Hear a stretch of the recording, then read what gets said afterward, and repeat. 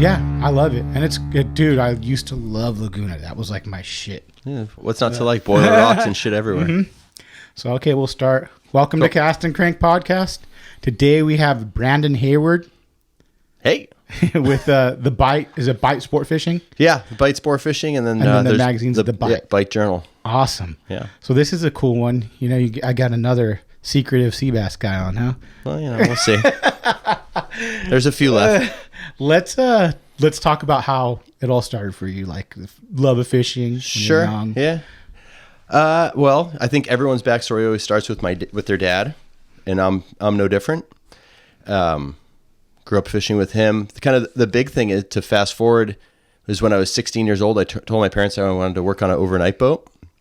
I'd been doing some deadheading. Deadheading is like this old school thing that used to happen. You'd go on the boat, fish for free, scrub the boat at the end of the day, and that was kind of how you paid for your ticket. I befriended a Japanese-American guy named Chuck Chon when I was like 14. He was probably in his late 20s, early 30s, and he kind of had this connection to go on sport boats and deadhead and ride for free. Met him at Stake Lake fishing largemouth bass. Started doing this with him. He brought me down to H&M. I got to meet Ray Sobiak and kind of the crew on the producer. And he asked for a job for me when I was 15 and a half. Ray said, when he's 16, no problem. Oh. And my dad drove me down there summer of 1996. Literally dropped me off, dude. Like stopped in front of H&M. See you later. Didn't walk down to like meet Ray or like wonder what this boat is my kid's going on. None of that. They always gave me a really long leash, you know? Yeah. Rest his soul. Your dad passed? He did, yeah. Okay. Yeah, pancreatic cancer. Like just like the fucking worst kind of cancer you can get. How long ago was that? That was a year and a half ago. Does that make you want to get your like blood work done now and kind of like check on yourself a little more? Yeah, especially immediately. And, you know, once you start pushing 40, I'll be 40 coming up here. That's when you start thinking, like, I'm already halfway there. If I even want to get there, like 80 doesn't look that bitchin' anyways. Depending on your hobbies. Right. Depending on what hobbies you like to do. Exactly. No, because, I got my blood work done, I think, like 2 weeks ago. Just because I'm like, I haven't done it in 2 years. And I'm like, I know I'm fat. Just tell me if something else is wrong. They're like, am I dying too? Yeah. They're like, no, I have bad anxiety, so I take Lexapro and stuff. Yeah. But my health anxiety real bad. But yeah, I mean, stuff like that, I'm sure it makes you think again and go, you know, I should keep an eye on it. Just, you never know. It just changes you on every level. The whole, like the appreciate everyday thing is kind of cliche, but it's the truth, man, you know?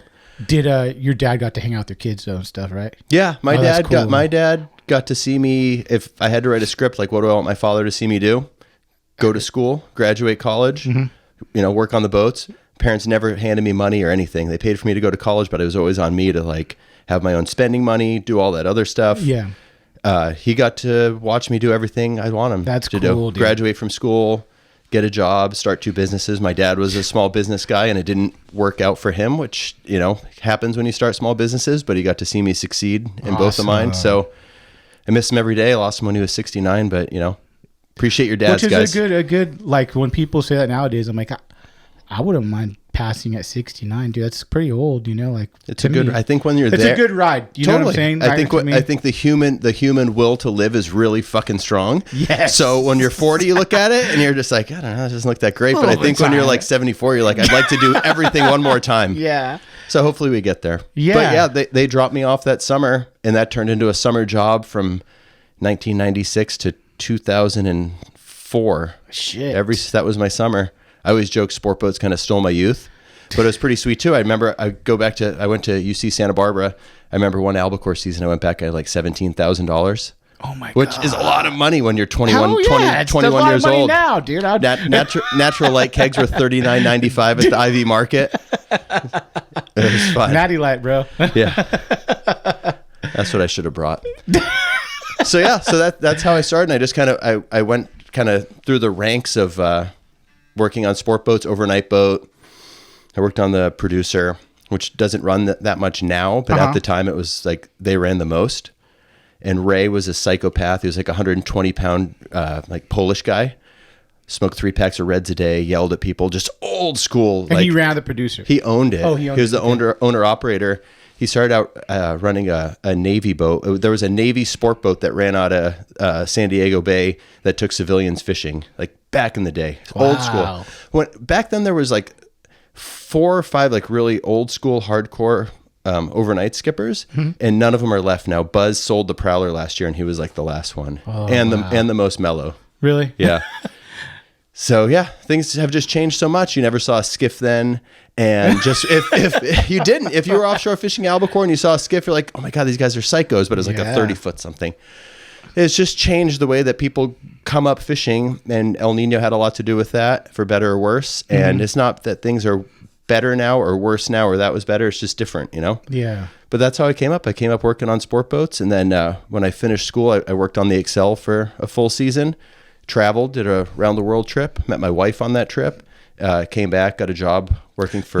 Did she live here, or is she out of... My wife's German. Oh, no way. Dude, you met her in Germany? Dude, I met my wife on an airplane flying from Germany to South Africa. Dude, that's awesome. She speaks full... She was straight up German, dude. She was going back to... Did you know how to speak German? Not a lick. So you just kind of like... We're like, hey. I still don't, dog.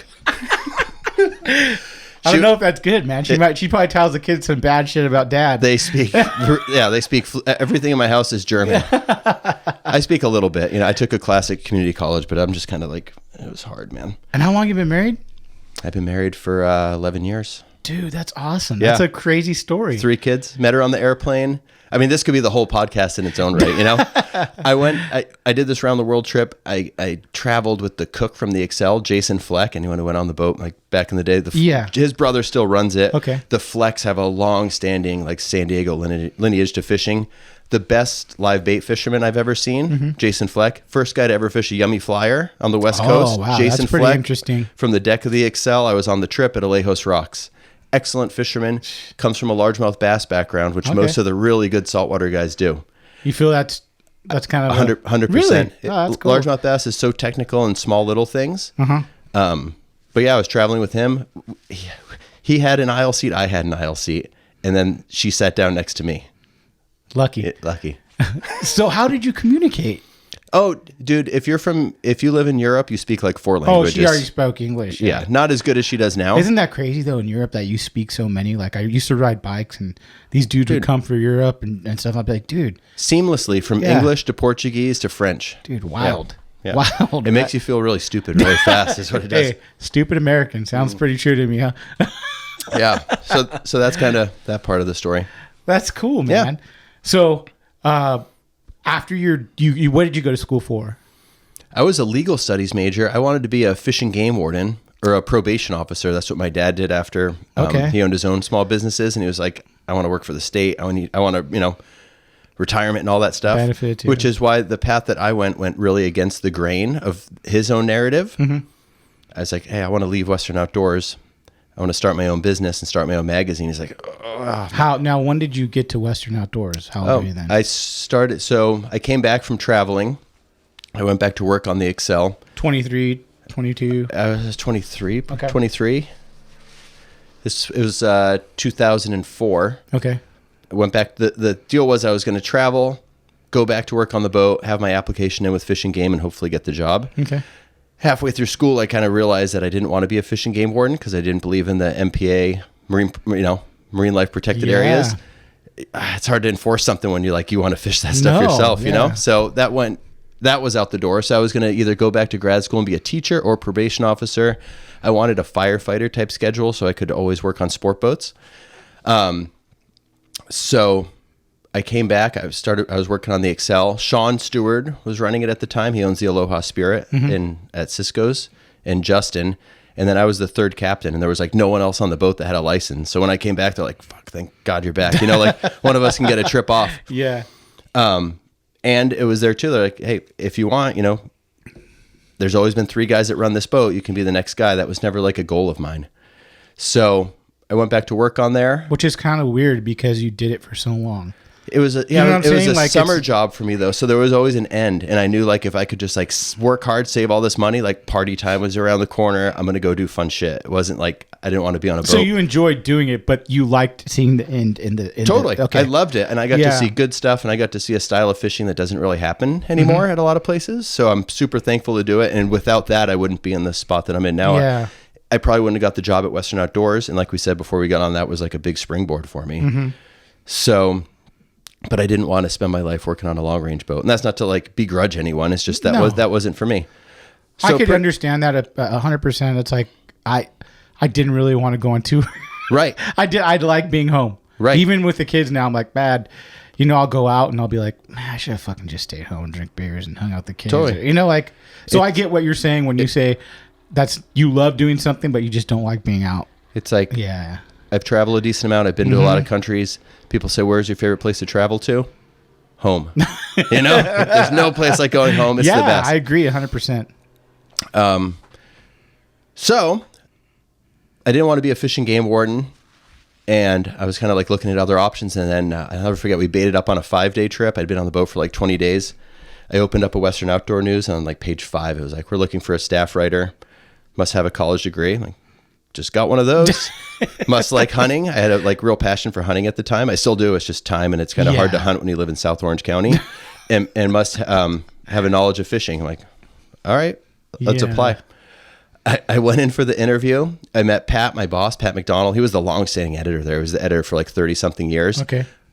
On the flip, growing up, like I read Rich Holland stuff, the saltwater editor, and Pat stuff, and they were like kind of like heroes. There was nothing else at the time.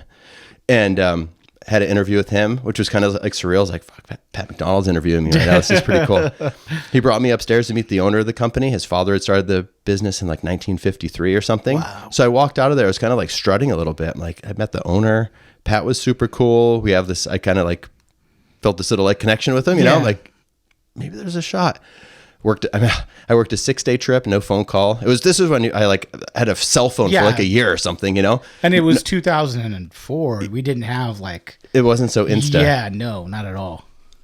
So check voicemail between trips, flip the phone open, you know, a little silver Motorola. No, nothing. So I worked three or four trips. I was on the boat for 20 something days, and I'll never forget about to get on the freeway. And I'm just like, you know, I'm just going to call him and say like, thanks for the interview. If there's like some sort of like freelance writing opportunities or something, I'll take whatever I can get. Let me know. Mm-hmm. He answers the phone. I'm introduce myself again. He's like, oh yeah, you got the job. I was in Tahiti with my wife for 2 weeks. I've been meaning to call you.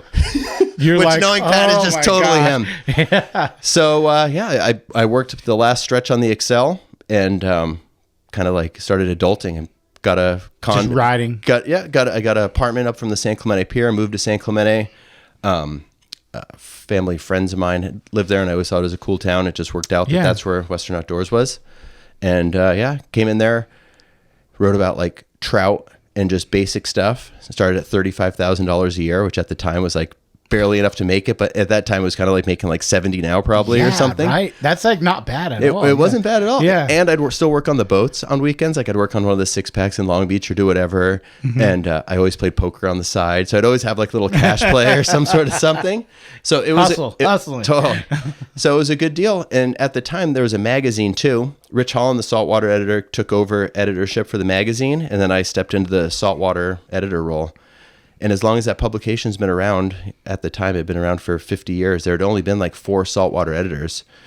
Rich, Chuck Garrison, like going back. So it was a pretty cool role to be in. And it was a good job. I had a good time. I liked it there. But when you want to do your own thing, sometimes it's kind of tough to stick it out too. That's where you felt you're a little more artistic and you wanted to... I started to feel shackled in terms of like the director of sales and marketing was like telling me what to write and this advertiser's here, let's do it like that. And as soon as you don't have, there's not a separation of church and state on that kind of editorial tip, you're fucked. So you're not writing what you think, you're writing what needs to be. You're writing like glorified press releases a lot of time. And that just wasn't me. Mm-hmm. So bring it back kind of like micro full circle. The Surfer's Journal was one building over, probably like 3 months before I quit Western Outdoors. I was there for 9 years. Scott Hewlett, editor of Surfer's Journal, left a voicemail on my work voicemail. And I was like, oh, this is great. Surfer's Journal wants to start a fishing magazine. They want me to edit it. It's like perfect, you know? Yeah. He wanted to go to, God damn it. He wanted to go to like Louisiana, write about the Chandelier Islands, like a thin lip, like Point Break, and there's fishing there. So we thought we'd kind of parlay our interests together and come up with some sort of story. Yeah. And I was just like, dude, if it's not involving advertising, it doesn't work like that here, dog. But here's an idea that I have. I really want to start my own fishing magazine. If you've ever seen the Surfer's Journal, it's the greatest piece of print ever put out. Writing and photos and the whole thing. And so I talked to him. He introduced me to the founder and the owner, Steve Pesman. Mm-hmm. I think they took pity on a guy who was in his like early 30s at the time that wanted to get involved in print, and they helped me get started in the first issue. Like we did it all in-house there. I pretty much plugged into their machine of what works, and that's how we created the Bight. What year was that?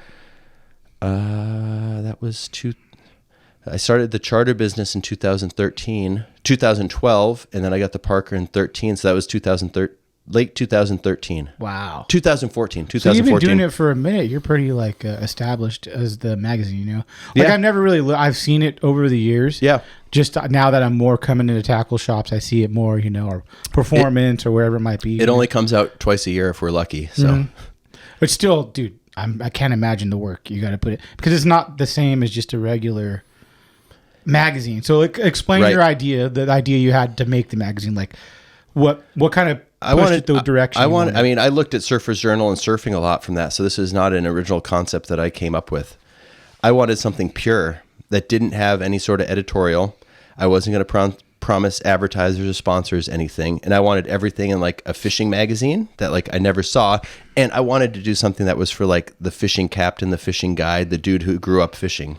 And that's what it is. Yeah. And you have a lot of cool different articles too at the same time. Yeah. We think about different ways to spin stuff. So nothing's ever written the way it is Like in the one a that I traditional love magazine. is Decker's, you know, the one that Eric wrote. He did a good job. It's like your podcast. We have a little bit, maybe we have like a little bit of a filter, you know, but not much of one. Not much of one at all, because Yeah. I have no agenda and I make no promises to anyone.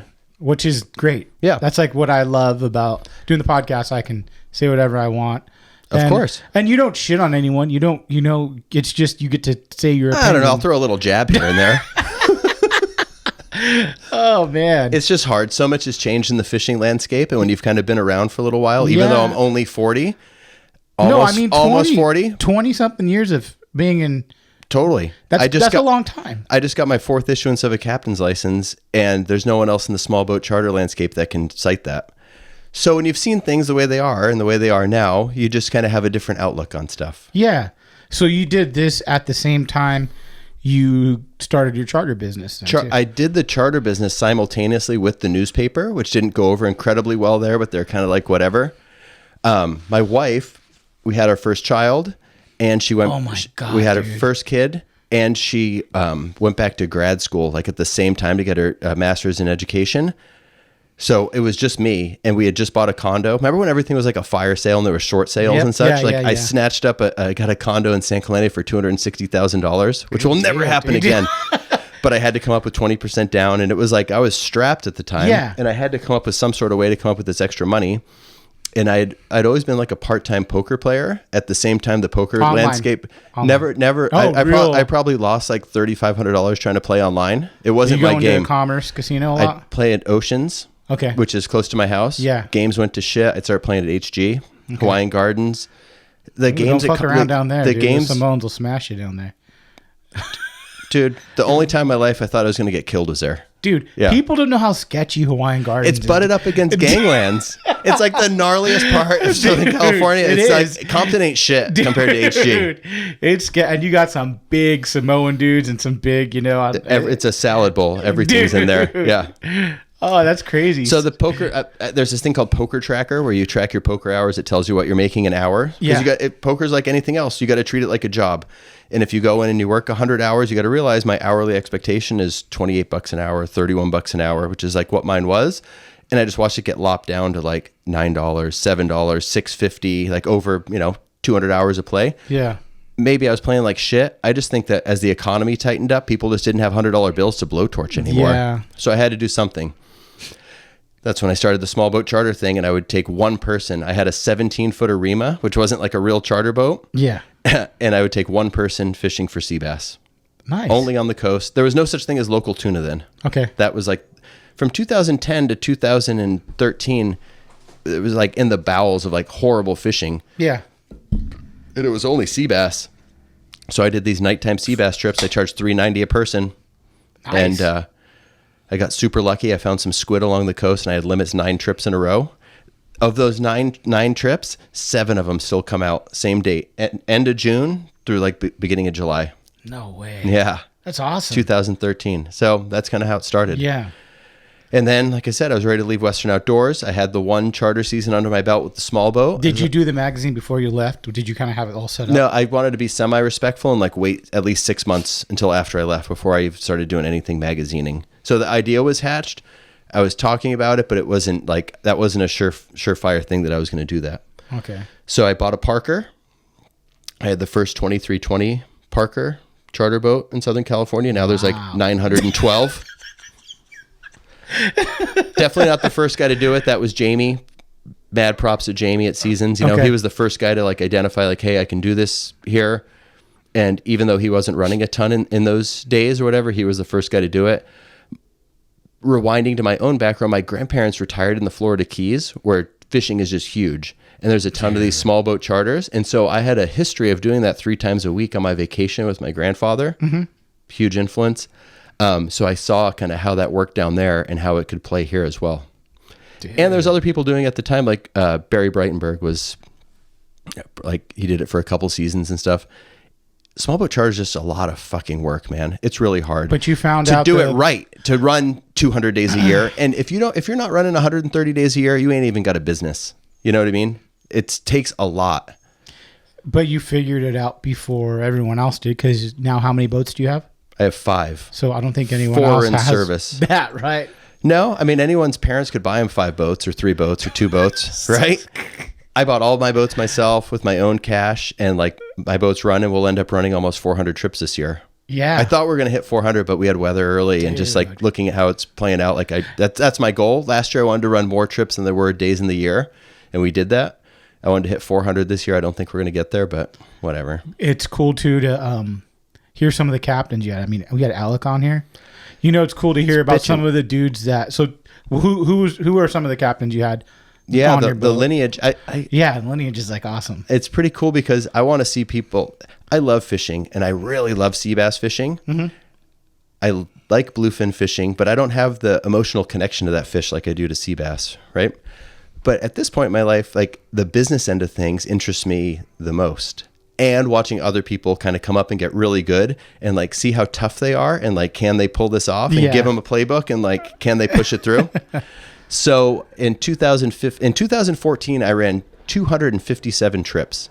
Damn. Dude, I used to run, I'd go from 6 p.m. to 2 a.m. This is when there was only sea bass. I'd go from 6 p.m. to 2 a.m. and get my next group at 3 in the morning. Or like 2:30 if they were really biting. Like I'd get in at 2 in the morning, the next group would be waiting for me. Dude.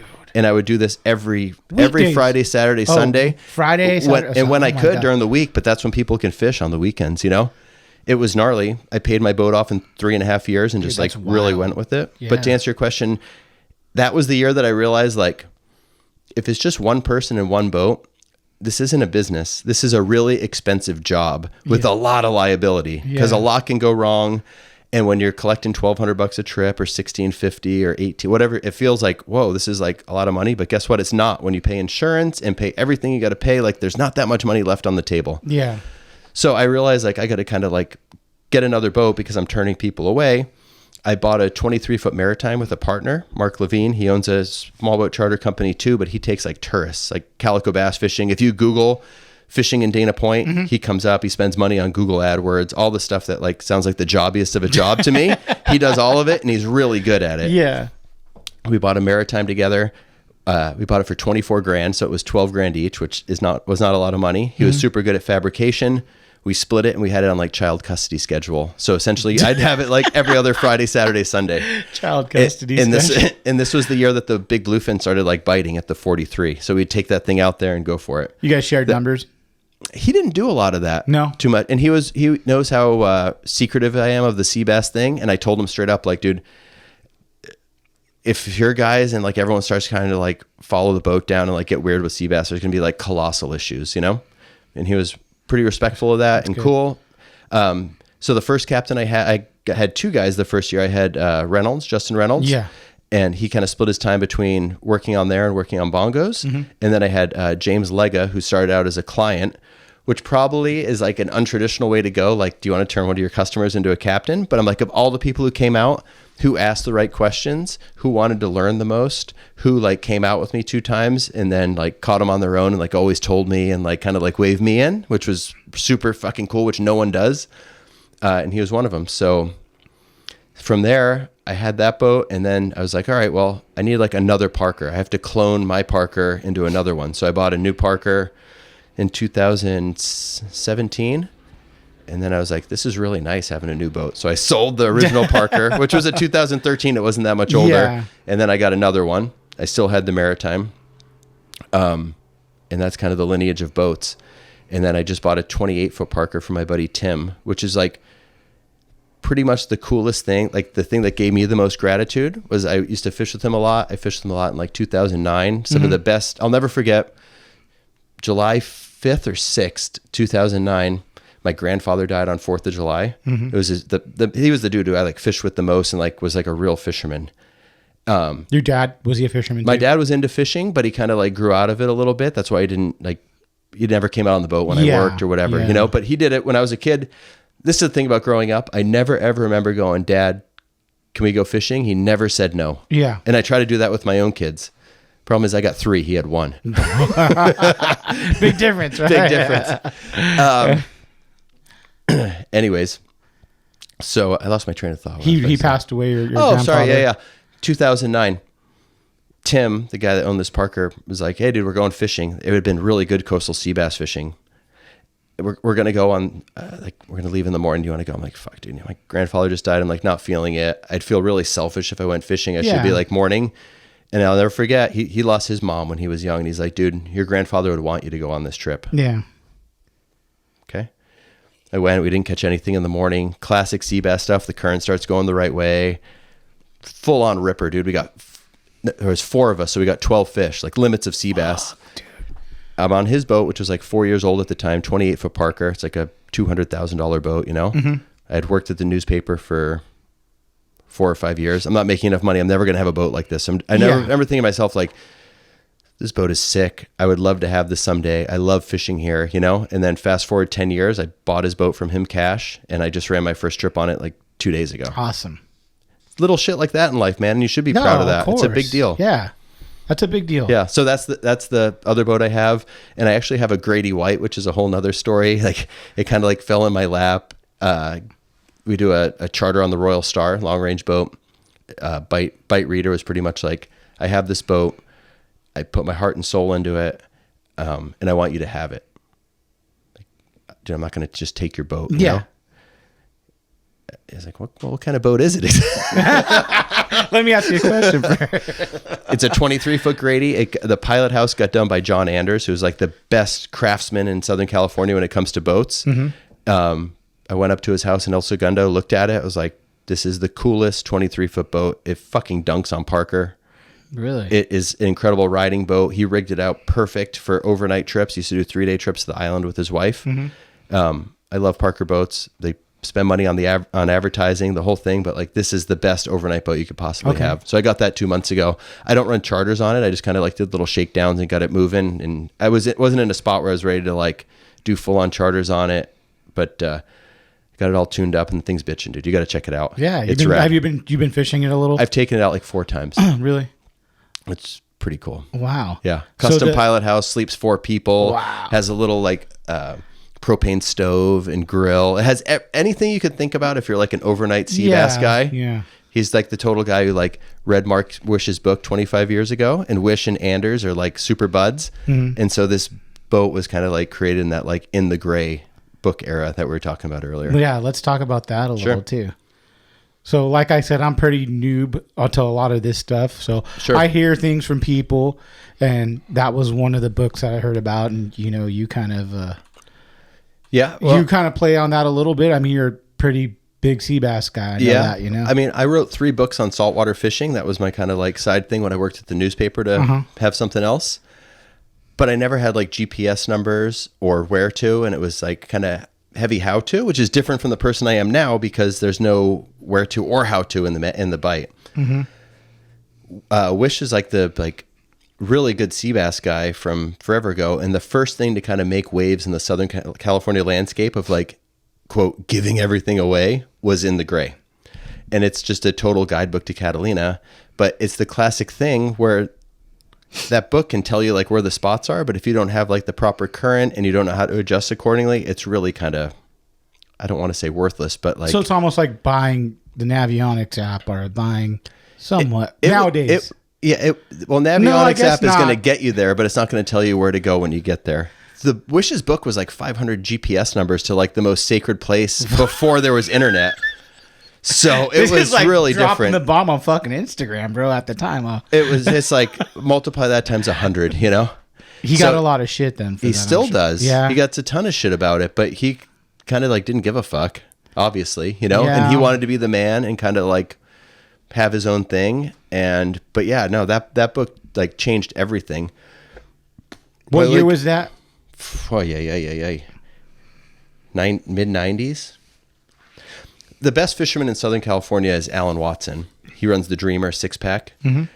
People pigeonhole him as like the sea bass guy and like because he's really good at everything. But Watson says like before that book came out, like I wouldn't see people in certain spots, and then it came out, and like all of a sudden, like there's people sitting at spots I never saw him before. So it made it hard for him to navigate in his own landscape. Wish fished with him a ton, and he learned a lot just by kind of like osmosis on Watson's boat. So if it fucked anyone up, it was him. Really? Yeah, for sure. Because you get those spots out, you think? You get the spots out, and that was his kind of like little flower garden, you know. So when he made that book, it kind of screwed him over. His spots, at least. Yeah, it made things tougher. Like I interviewed Watson in the Bight. Oh, did you? Q&A. Yeah. What episode is that? If someone wanted to, can you get it back episodes? Back issue? Back issues? Yeah, I think it was like 2.2 or something like that. It's got a blue cover. Okay. Cover one. And he talks about it then, huh? He does. Watson's got no filter either. I mean, if you wanted like an old school guest, there would be no one better. He's from Long Beach. He's like 70 now. He's in like his like 11th issuance of his license or something. You get your captain's license every 5 years. Yeah. He would do it. Dude. He'd sit in here and drink a little whiskey and have some Benson and Hedges. Fuck it. That's the thing that's like I love hearing about dudes that have been doing it forever. Me too. I love hearing about like the Ben Seacrest, and because I always relate to calico bass because that's what but anything new or like they did at the time, the 50s, 60s, 70s. There's very few people. This is the thing. People always like to say like the best. Oh, this person's the best or whatever. There's very few people in the landscape and the culture of Southern California fishing where you can go be like, Watson's the best sea bass fisherman, and everybody just kind of like nod their head. Yeah. No one's going to step to that, you know? So anyways, it just made things kind of like harder for him. And when I interviewed him for the Bight, he said like, I realized things had changed when I woke up one morning and there was like 30 boats anchored up outside of me. God, dude, that would be and that's kind of what we talked about with Dwayne too. It's like, you guys do this for a living.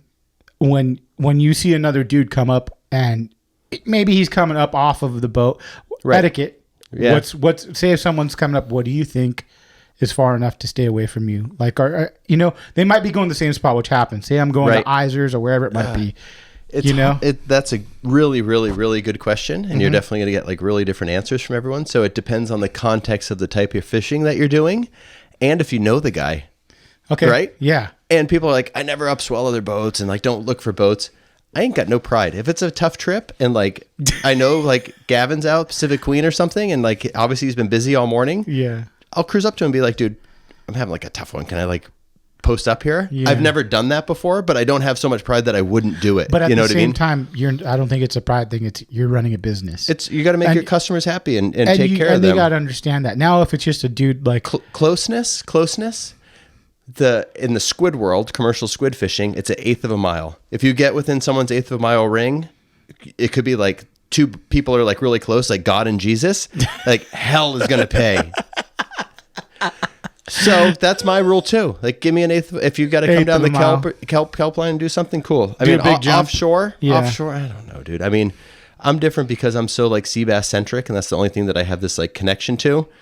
Everything else offshore, but like if someone poaches me way up swell half a mile, I'm just like, whatever. You know what I mean? But sea bass is a different story because of I heard you got to be quiet. It's like a whole lot of stuff.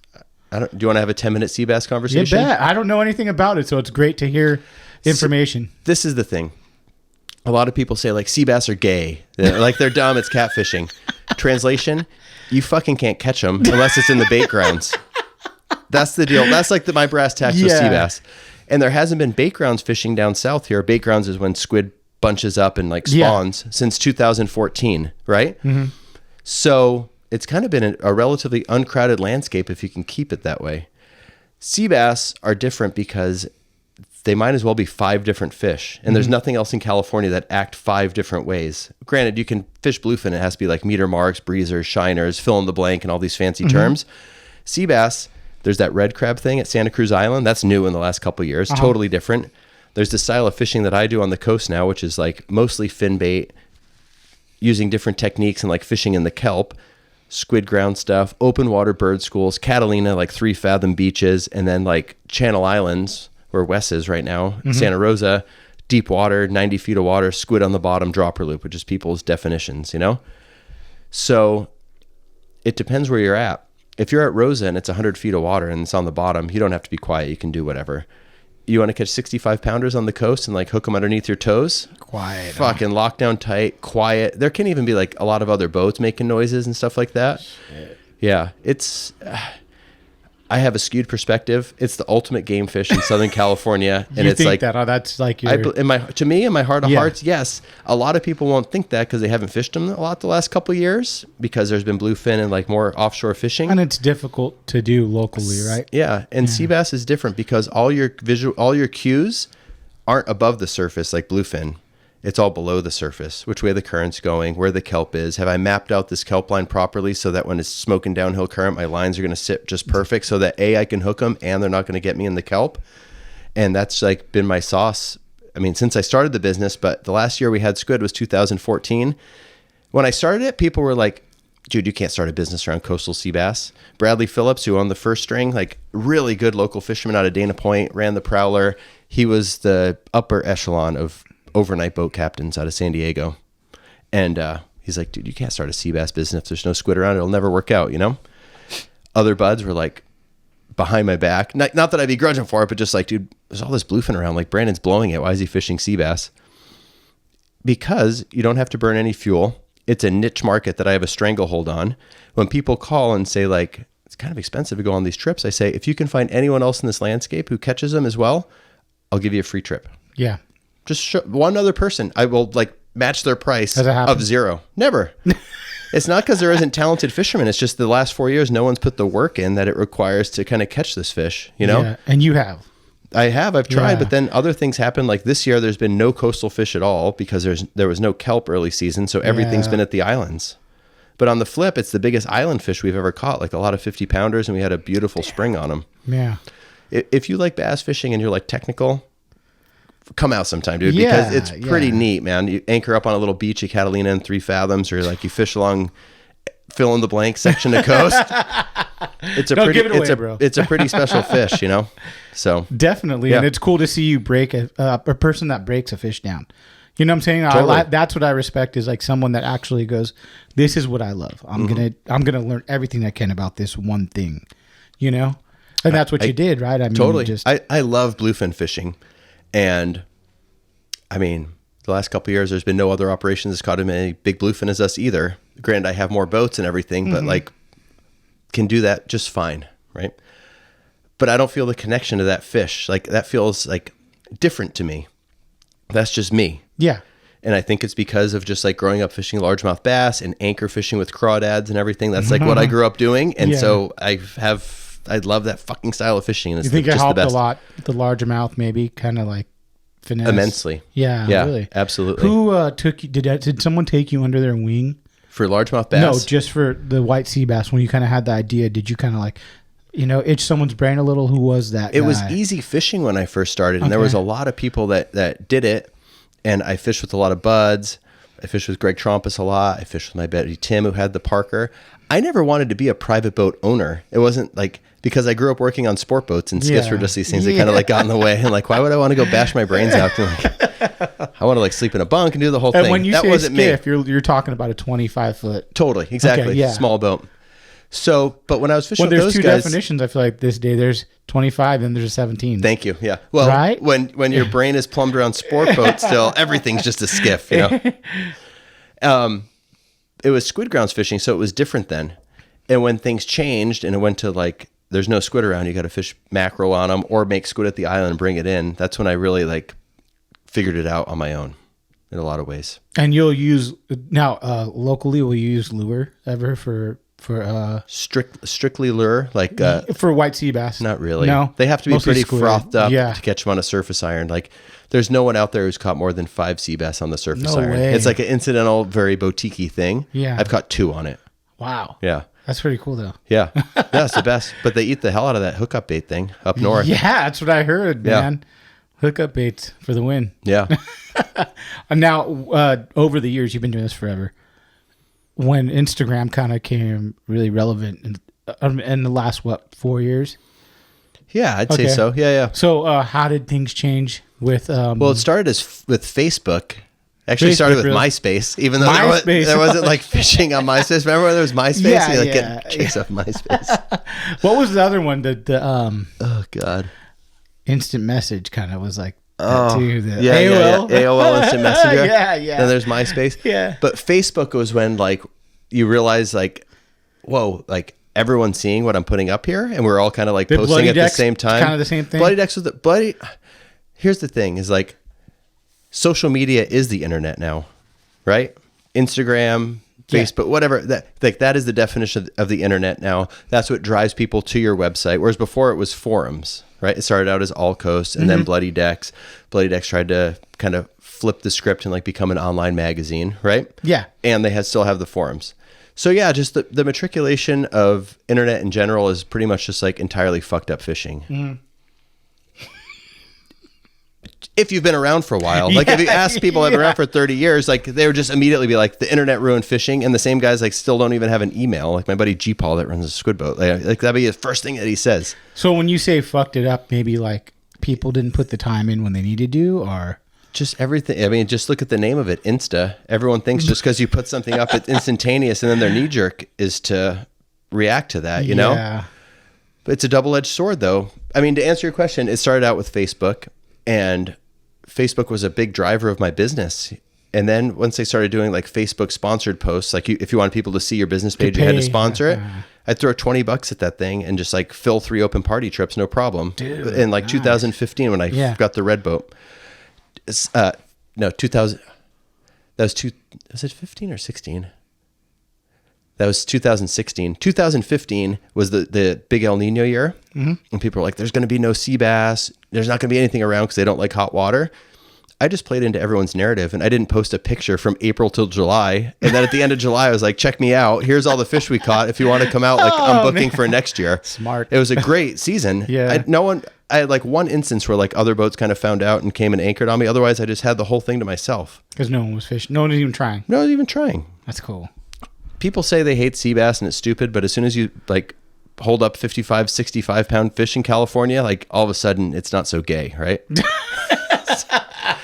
Anyways, but Instagram, I mean, that's like in the last 3 years, it just turned into that's the platform. And you're also getting a different demographic of people in all manners. So yeah, it's changed a lot. I mean, I begrudge it, but it's also the driving force behind my business when I want to fill open party trips. And when you have 4 boats running, it's not like one boat like I was talking about in 2015 when it was just me. So you need something to market, and no one ever booked any trips not telling anyone. And if you want to book multiple boats and not just be one person, one operator, and book in the fall and get your 150 days or whatever you want, you got to do something. So that's what we all do. We just all have a different way about abouting it. And I almost feel bad for people who see you post and then like say like, oh, I want to go on the next trip. But it's like, dude, that didn't happen today. No, yeah. That's how we all do it. You can't, right? You can't. You just can't. I mean, you can with like, I don't know. I'm really loose with tuna. And that's not to take anything away from it. It's just because I'm so tight with sea bass. Like the fact that I can go fishing on the last trip and like have Kathy and get in that night and post a 130 pounder. It's no secret they're biting. I mean, all the full day boats, so everyone's like, catching them. So like with tuna, and they might move, right? They're going to move colossally. And will sea bass move a lot, depending? Yeah, not really. They're kind of there. So when you find a sea bass bite, it's like, okay, I found a good one. If a school washes into the coast, which didn't happen this year, but like the last 2 years, my cherries got popped like super hard. It's really hard when you're like by yourself for a few days and then one person rolls up and then another person rolls up and you're like, oh my God, not this guy. And then the next day there's 13 boats and your customer, and your customer. Hold on, not this guy. So there's one. Yeah. So you'll know like, oh, this is going to get spread like wildfire. Oh, there's certain people who are just colossally bad news in your landscape. Yeah. So it's because they have, it's like I said before the show, it's different for them because it's not a business to them. It's a business to me. And when my trip gets tough and I got to look at guys and be like, sorry, those 3 guys anchored up on us, or there's a bunch of noise, we didn't catch them. For them, they're just going fishing and they want to share with their friends. Like, oh my God, like this guy, even if they don't know who you are, this guy below me just caught like 3 huge fish, you know, and like everyone comes down. Yeah. And it's tough too when it's like, why should everyone have to adopt to the lens that I have and the way that I look at things? Mm-hmm. You know what I mean? No, I get it. And we all have different rules and we all have different ways of looking at things. And it's like hard when you expect other people to play into that. My thing is like, if you're the first one there, you got to respect the guy that was there before you, both in the charter landscape. That's why I give Jamie props. And on the small and on the bites. Who started? This is my question always. Who was the first guy here who started this bite? Because I hate showing up like on someone else's stuff, but at least be like, hey dude, thank you. I'll keep it on the down low. And if it's too much. So say you pulled up. So say someone's on the bite already. Okay. Well, you pulled up and then will you kind of like, if you like, okay, I know that boat. Hey bro. Sea bass or tuna? Let's say sea bass. That never happens. Because you're usually the guy there already. Usually. But this is a good example though. Sea bass fishing has been horrible on the coast, and Catalina's like not really. It's good enough fishing to go with your buddies, but not good enough to go on with a charter group. Mm-hmm. It's 2 different things. Yeah. Best sea bass fishing this year is in Ventura, Oxnard. Mm-hmm. We got to move the boat and we got to like make it work here to like round out the next 3 weeks of the season. So we brought the boat up there, started running out of Ventura sport fishing. I have friends that live up there that run sport boats, and I just like told them like, hey dude, like I'm not trying to step on you here, but I got to do something to like kind of like save the end of season biz, and we're coming up. Is that cool? No problem. Etiquette. It's just like when I started my charter business, dude, I called the people that mattered. I like called Decker. I was like, hey dude, just so you know, like I'm going to like make a play at this. Here's the deal. And Decker's like, fish for calico bass and like pump concrete. Why? I don't give a shit. You know what I mean? But you got to respect the people that were there before you. And that's kind of part of the problem. And when you're new onto the landscape and you kind of like act like you're like cracking the code and putting stuff out there that like people were doing before you, that's when there's speed wobbles. Yeah. I could see that. It's hard to understand for a lot of people because they don't look at it that way. Definitely. And that's why I like hearing the different perspective. Is like, if I was a business owner, I'd be like, everyone's going to follow that one dude that's kind of doing it. Totally. You know what that's I'm saying? Capitalism. Yeah. Yeah. And so it makes sense to like see like to listen what you're talking about makes complete sense. Yeah. But yeah, I don't know. It's a hard subject. Because there's no like hard line, and it's just hard difficult. Because you want to say, hey guys, I'm like that with everything. I just want everything to be even. Right. That's it. Even. That's all I want. It's never that way. So I fucking flip out. I'm talking maybe fucking driving down the street, you know, and I'm sure I couldn't imagine like being on a boat and being like, fuck. If you want to like a little glimpse into what it's like, imagine you don't do what you do. Mm-hmm. You own a charter boat, mm-hmm. and your wife doesn't work, and you got to support your 3 kids. Yeah. Off just this. And you've put everything into this, and you don't come from any privilege. You didn't get any like loans. Your parents didn't buy you the boats, and it's like a real fucking business to you. And you've swam out so far that you can't swim back in, and like this is your play for life. You'd be kind of like a dick sometimes too. And I totally am. We all are. Yeah. The guys that have been doing it for a while, everyone's like pretty rough sometimes when it comes down to it. But it just comes down to respect and a little bit of having some like clue. And that's kind of like everyone's kind of in their like little lane. Like, so you're kind of like in the lane of like kind of Orange County, right?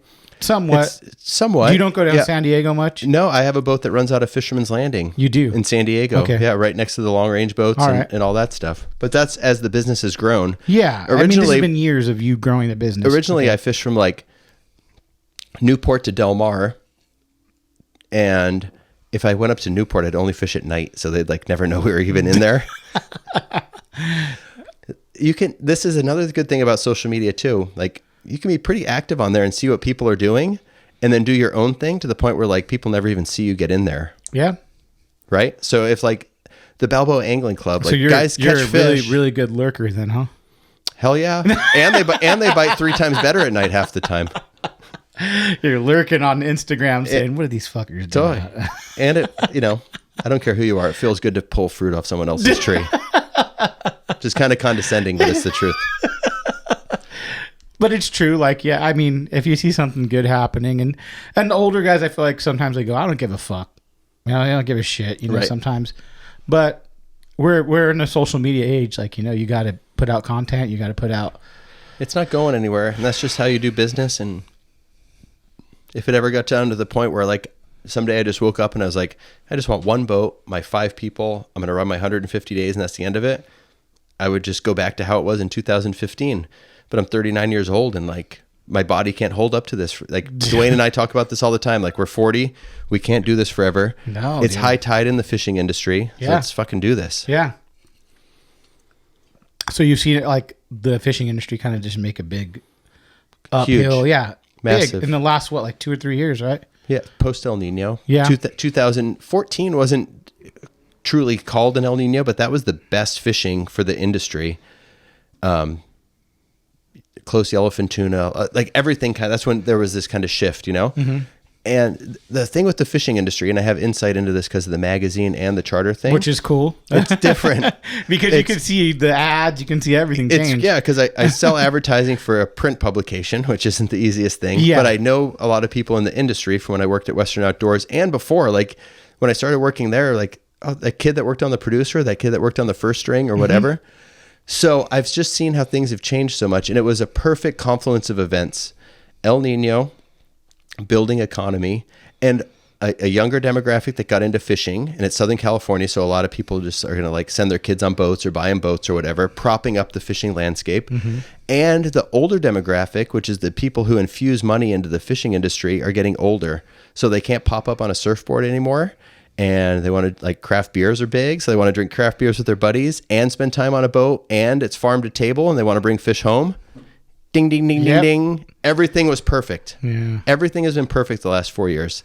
And what we all say is like, things are going to change. It's going to get, like the people who have fished for a long time are like secretly hoping for this, like shit the bed to happen where fishing gets tough again. And there's going to be, the best shirt is a Lateral Vision made, make fishing lame again. God bless. There'll be a huge hangover, and if you don't have existing clientele that are going to like ride it out with you at the islands to fish calico bass and yellowtail, you're going to go broke. Yeah. And then we'll get back into our lanes and see where things are at. But this will not last forever. No, of course not. It will not last. It goes forever. up, and it's like anything else. Like anything popular. I remember when punk rock was like popular, really popular, like in '97. Okay. Big punk shows. Yep. Warped Tour was at, I'm going to say probably 2000 was at the biggest it could be. And now it's kind of like punk is like, whatever. Right. It's not, you don't see But the people know what punk is, yes. and like no one knows who fucking Sum 41 is anymore. You see 45-year-old dudes at punk shows now all the time, or something like that. Like I go to old punk shows. It's like you used to see like a big, 14-year-old kid and a 40-year-old guy. Now you just see old guys. Really? But it's like interesting. It's like fishing. Yeah. I think it's like when I first started was 2010, and I told my wife I would connect with some of the older grandpas. They wouldn't, or the dads. I was younger. Yep. I was 22 when I had my kid. So I was younger. So I would talk to the dads at 26, but 29 into fishing. And I'd go, hey, you guys like fishing? They'd be 55 and I'd be like 20 something, and then we'd talk about fishing. It's like a good connection. Dude, like this you is could the be thing any about age, fishing. It's a solid ground amongst people. It's just like the story when I was telling when I first opened up. I'm 14, 15 years old fishing with someone in their late 20s because fishing just brings people together.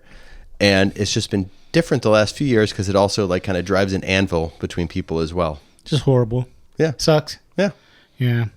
I think that's just is what it is. Like, people are going to be a certain way, and it's because you're trying to take something that's very public and trying to make it private and kind of your own.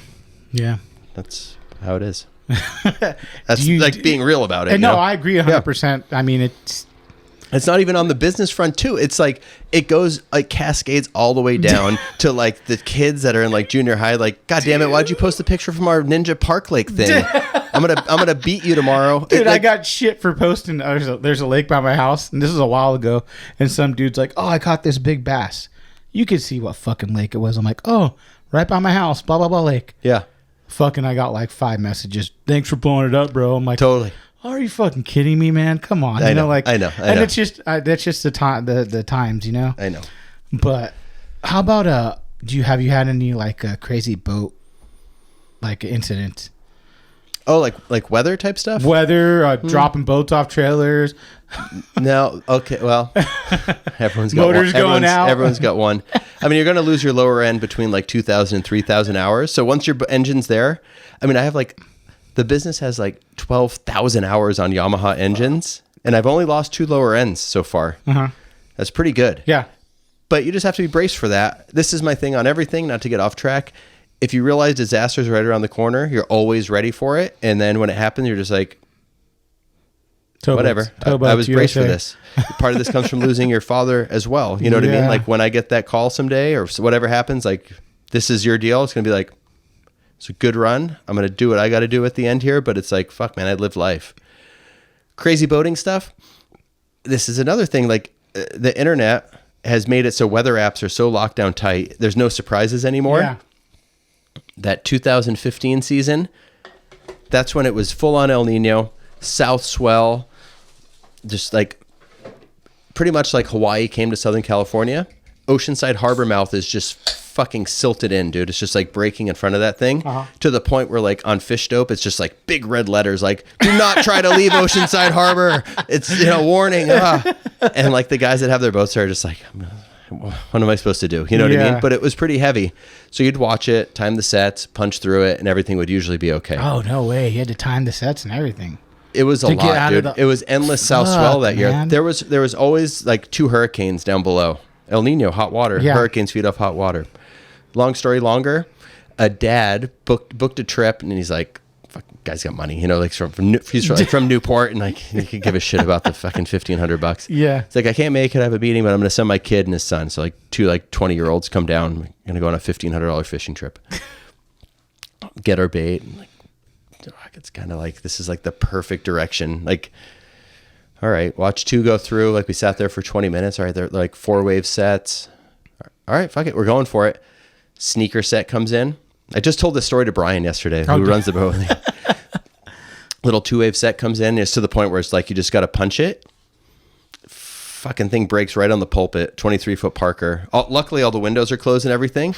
It wasn't green water. It's not like spray coming over the side. It's just like straight up breaking wave down the side of us. Fuck, dude. Gunned. It all happened so fast in like 3 or 4 seconds. You couldn't like be super haired, but we punched through it. There's like 2 slams and we're out. I kind of pulled it back, and the kids are like, is it always like that here? I'm like, it's Oceanside, dude. Weird shit happens here. And in your head, you're like, fuck. It was the only time in bacon all the strips in your pants. Totally. Yeah. Exactly. I mean, I drive around at night all the time. We do all these lobster trips, and most of the sea bass stuff we do is at night. Like I have no fear of navigating. That was the one moment where I was like, slightly haired. Dude, that's wild. That's but otherwise, that's it.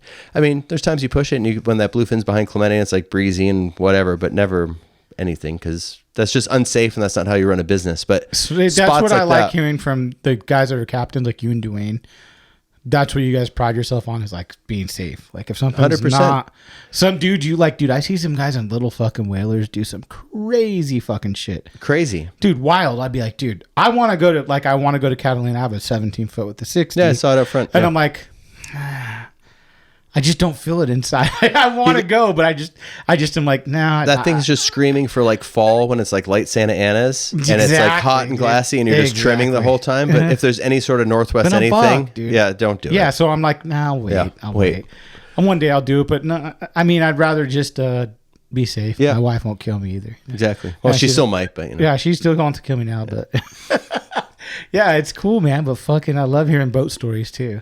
And your guys never, Wes is they're all locked down, never had any issues. No, never anything. If they break down, will you go out and get them or just towboats? This is a good one. Reynolds, what happened?